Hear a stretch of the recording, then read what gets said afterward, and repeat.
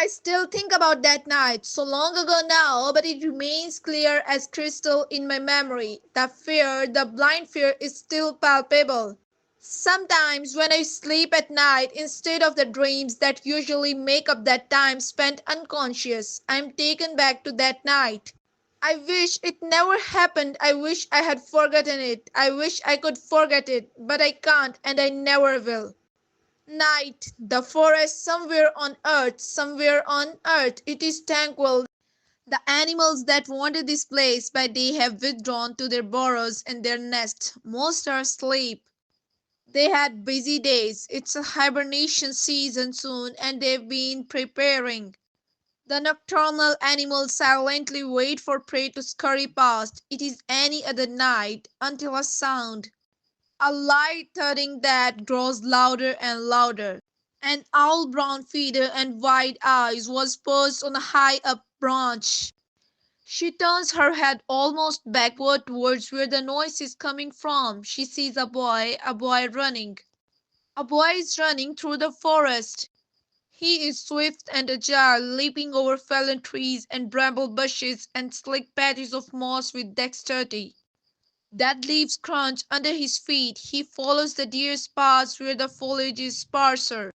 Their footprints barely imprinted into the dirt, further and further into the forest, further and further away from any signs of human civilization. His face is one of the terror and panic. His eyes are wide and wild. He is running from something, and by the look of it, something bad. His hands are torn open. Blood leaks from them in diminutive drops. He rubs his hands on his clothes as he runs. He doesn't want to leave any long lasting imprint of his existence on the area around him. It's freezing, the eve of winter, small sheets of ice coat parts of the ground. He's careful to sidestep them. Slipping and falling isn't something he can risk. The boy does not recognize where he is. He has never ventured to this area of the forest before. The trees seem to close in on him, their boughs mostly concealing him. The moon is absent from sight beyond the canopies. If not for the few rays of moonlight that make it through the leaves, he would be in complete darkness. Where is the boy running? He doesn't know, just away, somewhere he can't be found, somewhere he will be safe. Seemingly all at once the forest dissolves into swampland.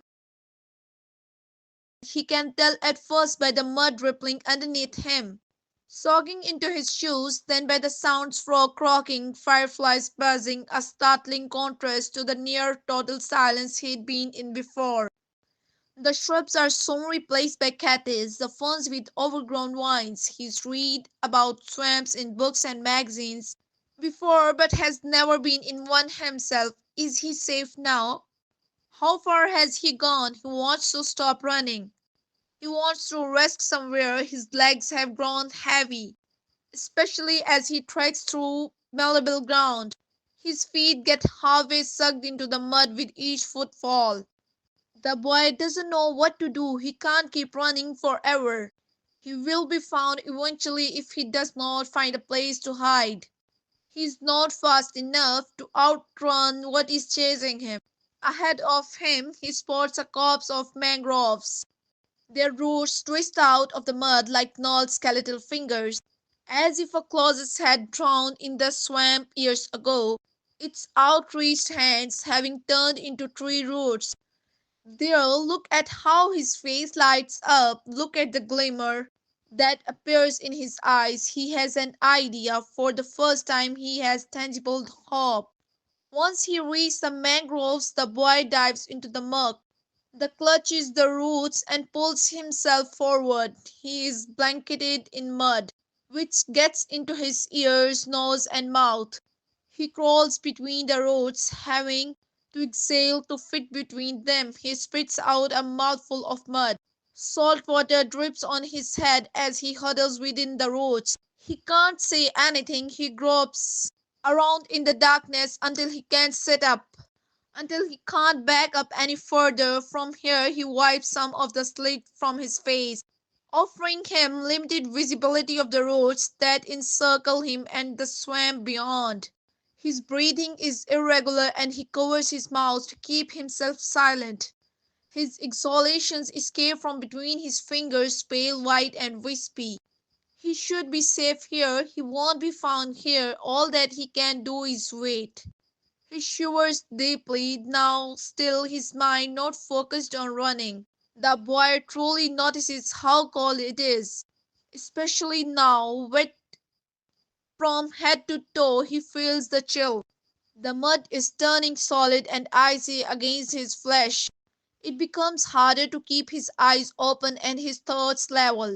He wants to fall asleep, but knows if he does, he may never wake up again.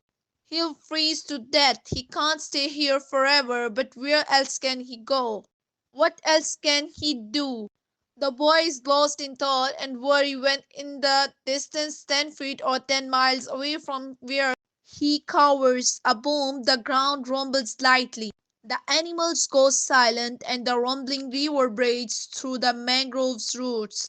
At that moment when the swamp is wholly quiet, when the water he kneels in ripples against his legs, when his heart pounds faster and faster against his ribcage, the boy begins to cry. Maybe I never left those roads. Maybe I'm still being hunted. Maybe I died and I am in purgatory. I don't know. I may never know. I just wish that one day I can put this behind me. Maybe it will happen. Maybe not. I'm still scared all the same as I was cowering within the mangroves.